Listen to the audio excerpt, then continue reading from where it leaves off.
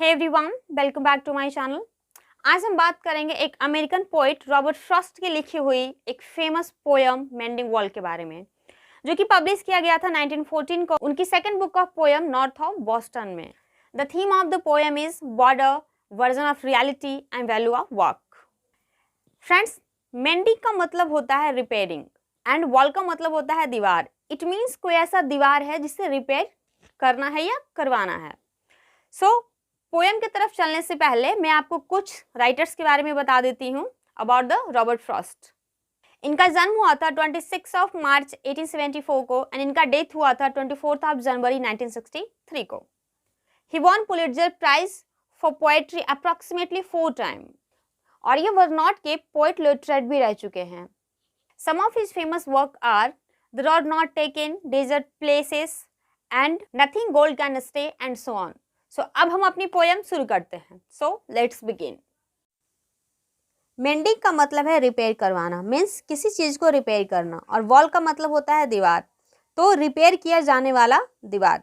अब यहाँ इस पोयम में पोएट अपने नेबर के बारे में बताते हैं कि वो और उनके नेबर हर साल एक एनुअल गेट टुगेदर करते हैं और इस बाउंड्री वॉल को रिपेयर करवाते हैं। हर स्प्रिंग सीजन वो ऐसा करते हैं और ये पूरी पोयम इसी पर बेस्ड है। अब हम पोयम को लाइन बाय लाइन पढ़कर उसे समझने का प्रयास करते हैं। Something there is that does not love a wall. It means कोई ऐसी फोर्स है जिसे दीवार पसंद नहीं है। That sends the frozen ground swell under it. और ये फोर्स जो है वो दीवार के अंदर है, जो जमीन है उसे स्वेल करवा देती है। इट मीन्स उसमें सूजन पैदा करवा देती है। And spills the upper boulders in the sun. Friends, boulders का मतलब है बड़े पत्थर। तो जो दीवार के ऊपरी पत्थर हैं वो भी सनलाइट की हीट की वजह से टूटकर गिर जाते हैं। यानी पोएट का कहना है एक ऐसी फोर्स है, कोई ताकत है जिसे दीवार पसंद नहीं है और वो इन दीवारों को तोड़ने के लिए दीवार के नीचे की जो ज़मीन है उसमें सूजन पैदा कर देता है और दीवार के ऊपर जो पत्थर है उन्हें तोड़ देता है। And makes gaps even two can pass abreast. और दीवार तोड़ने के साथ ही एक ऐसा गैप बना देती है जिससे दो लोग एक साथ इजीली पास कर सकते हैं। इतना बड़ा गैप हो जाता है उस वॉल में। The work of hunters is another thing. लेकिन जो शिकारी होता है उनका दीवार तोड़ने का तरीका कुछ अलग होता है। ये जो पोएट बता रहे हैं कि एबव लाइन्स में वह बिल्कुल नेचुरल बात है, नेचुरली ये सब होता है, और हंटर्स का तरीका एकदम अलग होता है। I have come after them and made repair. It means मैं उनके पीछे आया हूँ, उनके बाद मैं आया हूँ और आके इस दीवार को रिपेयर करवाता हूँ। Where they have left not one stone on a stone. यानी उन जगहों पर जहाँ शिकारियों ने एक भी पत्थर उसके सही स्थान पर नहीं रखा था। इट मीन्स पूरी की पूरी वॉल को ही डिस्टर्ब कर दिया था, ऐसी वॉल की हालत थी, मैंने फिर भी उसे रिपेयर किया है। But they would have the rabbit out of hiding. मगर ये लोग उस वॉल को इसलिए डिस्टर्ब करते हैं कि ताकि उस वॉल के पीछे छुपे हुए रैबिट को वो बाहर निकाल सकें। टू प्लीज द येपिंग डॉग्स, ताकि वो अपने भौंकते हुए कुत्ते को शांत करा सके, उसे चुप करवा सके। इट मीन्स पोइट ये कहते हैं कि पहले जो बात कही गई है वो एकदम नेचुरल फोर्स है, लेकिन समटाइम ऐसा भी होता है कि कुछ हंटर्स रास्ते से गुजरते वक्त दीवार को तोड़ देते हैं रैबिट्स की खोज में, जो रैबिट्स उनके डॉग्स के काम आएंगे। The gaps I mean no one has seen them made और हर्ड देम मेड। यानी पोएट जिस गैप की बात कर रहे हैं उस गैप को ना तो किसी ने बनते देखा है ना तो किसी ने सुना है, यानी वो कैसे बनता है ये कोई नहीं जानता। But at spring mending time we find them there. मगर हर स्प्रिंग के मौसम में जब हमें दीवार को रिपेयर करना होता है तो हम देखते हैं कि दीवार में वो गैप बने हुए हैं, काफ़ी बड़ा छेद बना हुआ है। I let my neighbour know beyond the hill. मैंने अपने पड़ोसी को बता दिया वो पड़ोसी कहाँ रहता है, पहाड़ के ऊपर। बियॉन्ड द हिल मीन्स पहाड़ के ऊपर रहता है। And on a day we meet to walk the line. और पूरे साल में हम एक दिन डिसाइड करते हैं कि हम एक दिन बगल बगल चलेंगे। And set the wall between us once again. और अपनी बीच की इस दीवार को, हमारी बाउंड्री में जो दीवार है जो हमारी प्रॉपर्टी को अलग करती है उसे हम रिपेयर करेंगे, मेंड करेंगे। We keep the wall between us as we go. हम लोग अपने बीच में इस दीवार को बनाए रखते हैं, मीन्स हम दोनों दीवार के अलग अलग तरफ रहते हैं। दोनों नेबर अपनी अपनी प्रॉपर्टी के तरफ रहते हैं।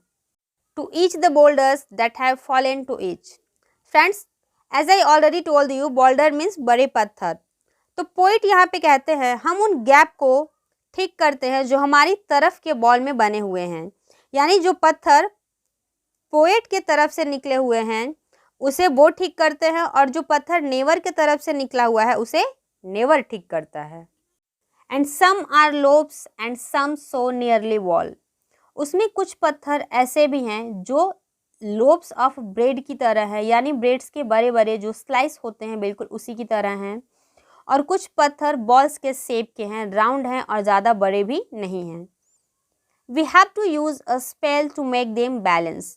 और हमें उन्हें उन दीवारों पर टिकाए रखने के लिए एक स्पेल बोलना पड़ता है, एक मंत्र बोलना पड़ता है। और वो मंत्र क्या है? Stay where you are until our backs are turn. It means वहीं पर टिके रहो जब तक हम पीछे मुड़कर चले नहीं जाते हैं, यानी हमारे सामने ही गिर मत जाना, वरना हमें फिर से तुम्हें वहाँ फिट करना पड़ेगा, फिक्स करना होगा। इस तरह की एक स्पेल को बार बार ये लोग बोलते हैं, मंत्र को बार बार दोहराते हैं। We wear our finger rough with handling them. उस दीवार को या उस पत्थर को वापस से ठीक करने में, उसे फिक्स करने में हमारी जो उंगलियां हैं वो रफ हो जाती है, काफ़ी घिस जाती है। Oh, just another kind of outdoor game. Oh, ये हमारे लिए एक आउटडोर गेम की तरह हो गया है, हमारे लिए ये कोई बड़ा काम नहीं है, बस एक गेम की तरह है। One on a side it comes to little more. और ये गेम एक ऐसा गेम है जिसमें दोनों तरफ एक एक प्लेयर हैं, इधर से मैं हूँ और उधर से मेरा नेबर है। बस इस गेम में इतना ही है और कुछ भी नहीं है। There where it is we do not need the wall. अगर देखा जाए तो हमें वहाँ पे एक दीवार की ज़रूरत नहीं है, जहाँ पे वो दीवार है वहाँ पे हमें दीवार की कोई भी ज़रूरत नहीं है, कोई भी नीड नहीं है। He is all pine and I am Apple orchard. मेरा जो पड़ोसी है उसके तरफ उसकी प्रॉपर्टी में सिर्फ पाइन के पेड़ हैं और मेरी लैंड पर एप्पल ऑर्चार्ड हैं, यानी सेब के बगीचे हैं। My apple tree will never get across and eat the cones under his pines, I tell him. और ऐसा तो है नहीं कि मेरे एप्पल के पेड़ ज़मीन पार करके उसके तरफ जाएंगे और जो पाइन्स के कोन हैं, जो उसके फल हैं, उसे खा लेंगे। ये बात मैं अपने नेबर से कहता हूँ, ही only say good fences make good neighbour. मगर वो मुझे बस इतना ही कहता है कि एक अच्छी बाउंड्री के कारण अच्छे नेबर बनते हैं, उनके बीच की जो फ्रेंडशिप होती है वो और भी ज़्यादा अच्छी हो जाती है। Spring is the mischief in me and I wonder.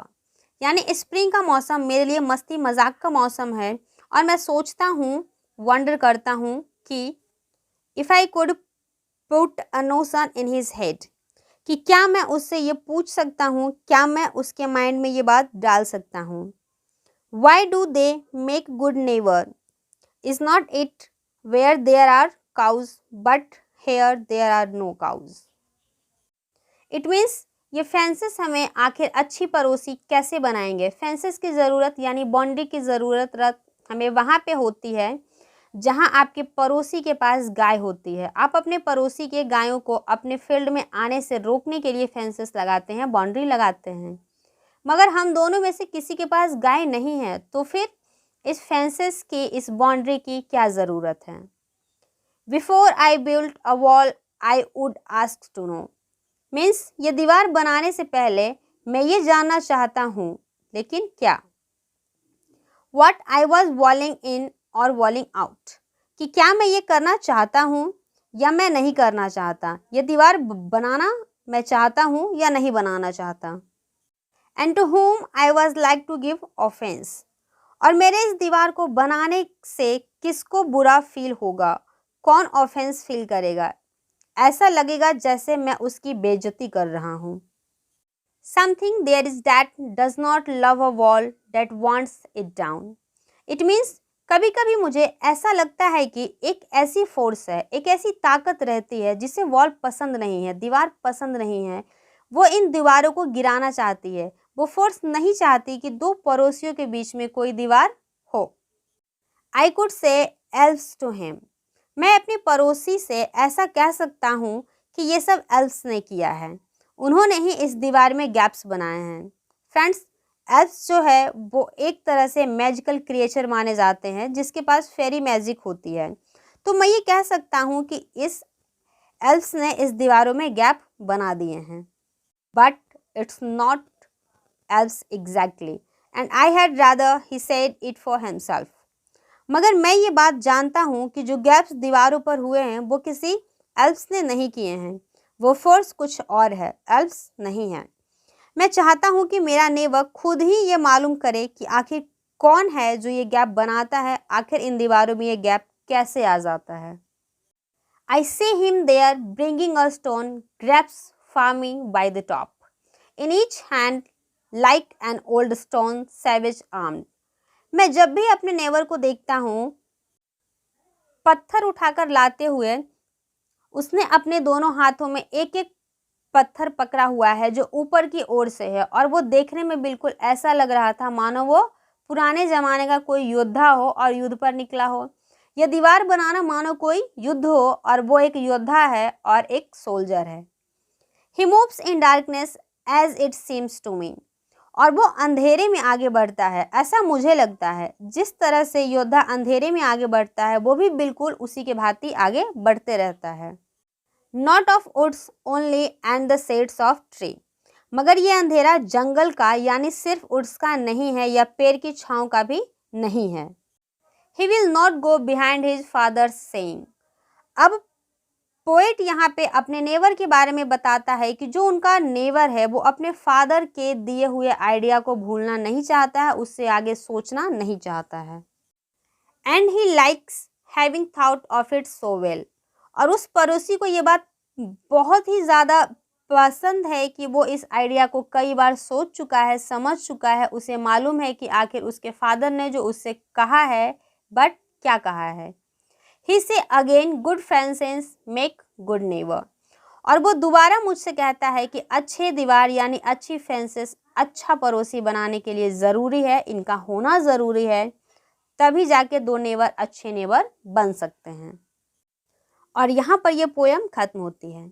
इस पोयम में यही दिखाया गया है कि किस तरह फेंसेस का होना ज़रूरी है एक अच्छे नेबर बनने के लिए। ये फेंसेस ही हैं जो दो पड़ोसियों के बीच में पीस को बरकरार रखता है, क्योंकि अगर फेंसेस होंगे तो कन्फ्लिक्ट का तो सवाल ही नहीं उठता।